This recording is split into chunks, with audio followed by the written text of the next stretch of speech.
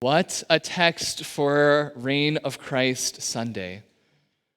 For those that are not familiar with this feast day, it's actually one of the youngest feast days in our liturgical year. The end of our liturgical year, in fact, is Advent next week, marks the beginning of the church year. It was created by Pope Pius XI in 1925 as a way to address the rising fascist regimes in Europe and around the world by reminding us all that Jesus and the love of Jesus are what should guide us as we look to people to lead us. So it is an inherently political feast day. And yet, on this day that we celebrate the reign of Christ, we remember that if we want to see why Jesus is worthy of reigning over us, we look to the cross. But first, I want to take you back to the distant time of 2011, where I arrived on my college campus to encounter Professor Charles Anderson. Charles Anderson was the kind of person who intimidated you with sheer talents. When he charged into the St. Olaf College chapel dressed in authentic Viking clothing during our orientation service to teach us how to chant psalms, I was, to say the least, overwhelmed. And so it was with hesitation that I walked into my first rehearsal with the aptly named Viking Chorus, the chorus for first-year bass voices that Professor Anderson directed.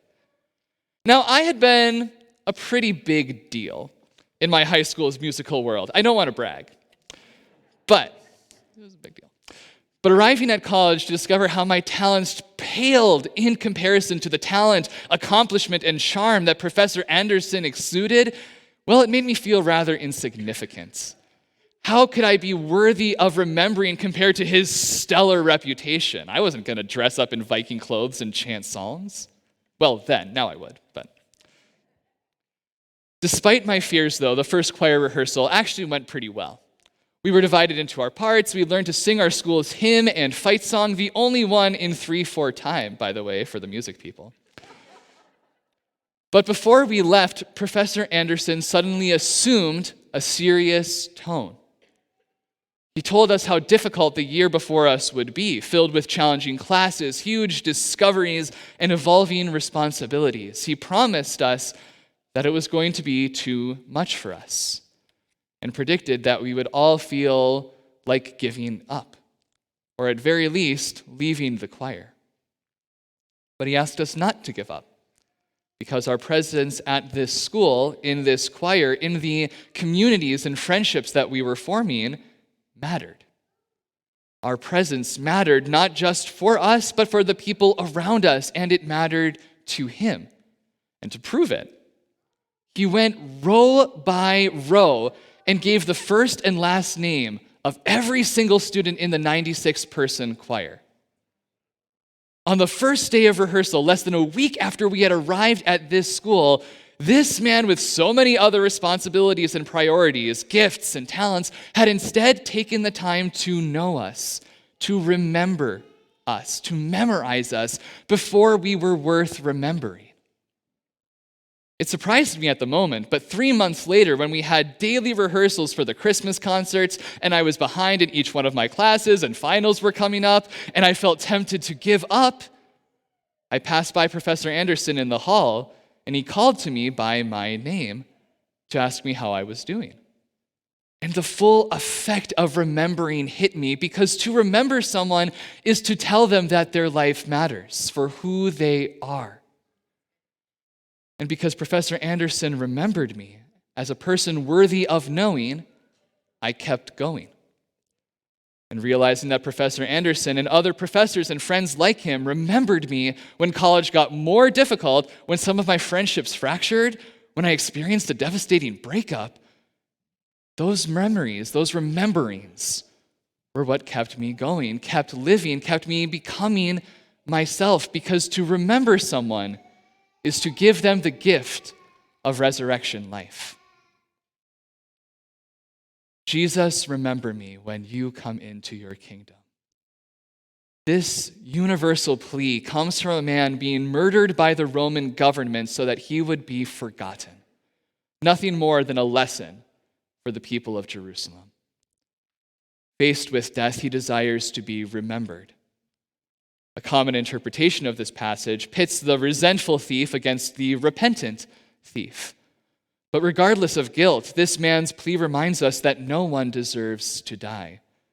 No one deserves to be executed. Nobody deserves to be forgotten.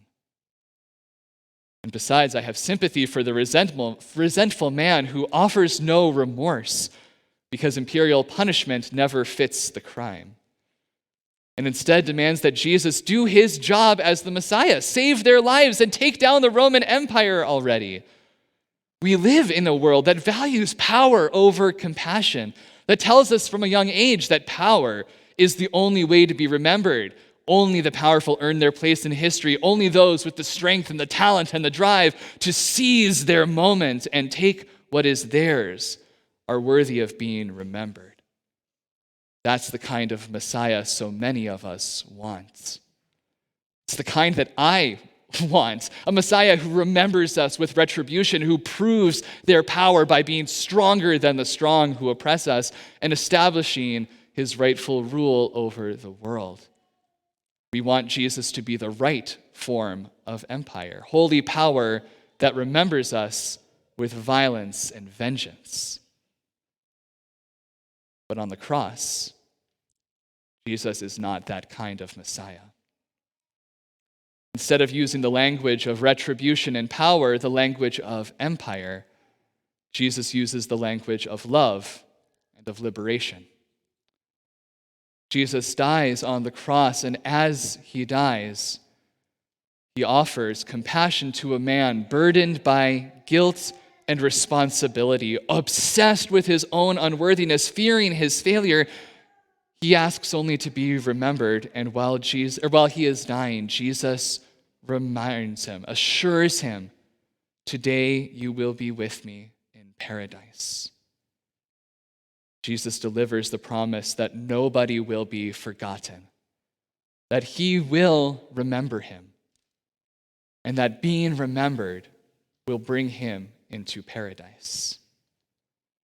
For remembering someone with love is to take their soul into your own body. It is to tell someone that they are so worthy that you will take their life, their spirit, their identity, and share it with your own. Bear it in your own body. Care for it as you would care for your own life. And as long as someone remembers you, lives, then you are still alive. Remembering is an act of resurrection. It transforms both the one remembering and the one remembered into new life. To commit to remembering someone is to combine yourself with them, to realize that you are connected, that you are not just yourself, but connected to everyone you remember, dependent upon them as they are dependent upon you. And so Jesus' promise is to take this man's life, ending all too soon because of state execution, and combine it with his own. In his dying breaths, the Messiah takes on another's life, shares his equality with God with all who would receive it, so all may know new life through love. Jesus rejects power in favor of connection. Jesus reigns not through retribution, but by remembering people into resurrection, by offering all the path to new life, by remembering not for the worth that we prove, but remembering us for the worth that we inherently possess as children of God. All of us who are dying to sin, to evil, to all forms of violence are promised resurrection because we are being remembered into new life by Jesus, our Messiah, who offers us eternal paradise through the interconnection of memory. So the question that I think we have before us on this Reign of Christ Sunday is whether remembrance is sufficient for Christ to be our Messiah. Are we content with a shepherd who does not seek revenge, does not seek control, but remembers perfectly each of his unique sheep. And we have an opportunity to evaluate this question through Transgender Day of Remembrance, which takes place on November 20th every year. It is a day born out of the grief and sorrow over the many transgender people who have been murdered in acts of anti-transgender violence. It began in a small community of people in Boston who gathered to mourn the murder of Rita Hester, a transgender woman of color whose death was ignored by the wider media. And in their gathering, they committed to remembering Rita so that her life would never fade. Through this act of remembering, Rita lived on into new life.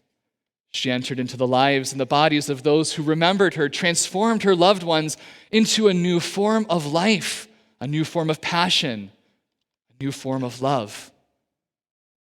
And now she is still transforming the entire world. Acts of anti-transgender and anti-LGBTQIA plus violence are increasing in our time, especially against transgender women of color.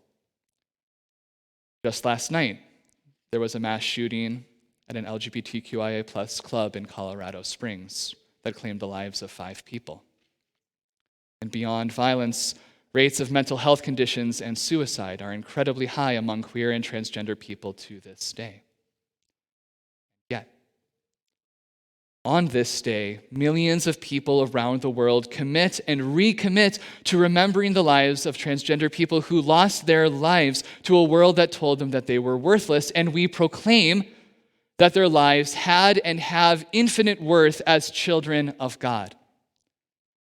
By remembering them, by remembering, knowing, valuing all queer and transgender people living today, we take their life, their spirit, and their soul into our own life, spirit, soul, and body, and allow them to resurrect us into the new life of interconnectedness, where we see ourselves and each other for who we are as beloved, infinitely worthy children of God.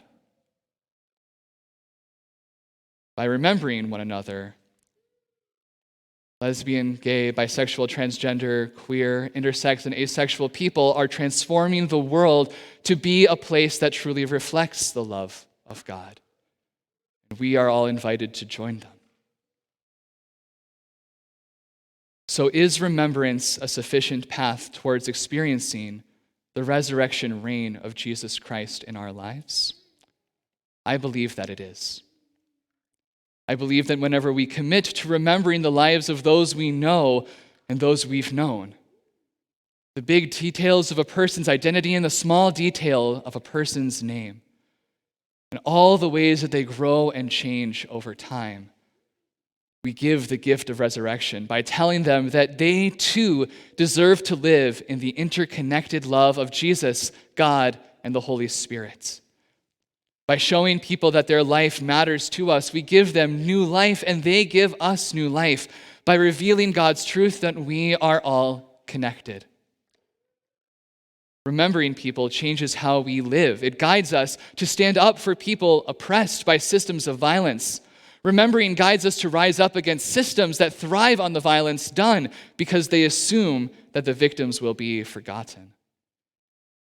Remembering guides us to live with love in every second of our lives as we appreciate how we carry the spirits of everyone we remember, everyone we love with us in every action we take and every word we speak.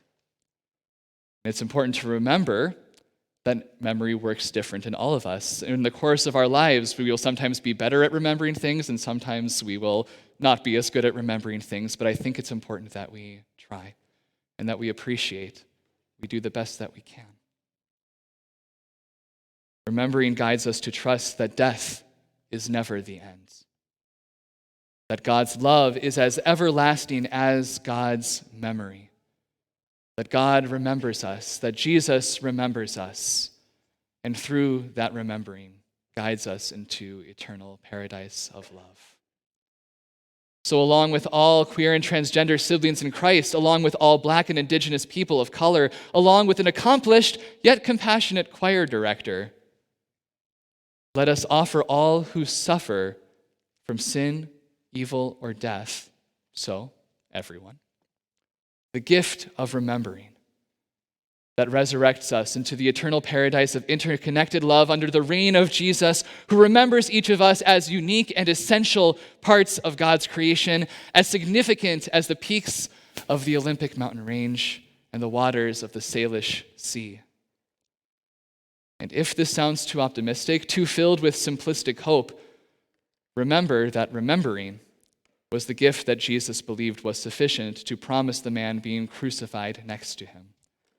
That death was not last, but that his request to be remembered was the way to infinite life and love. And 2,000 years later, the memory of this man resurrects us today.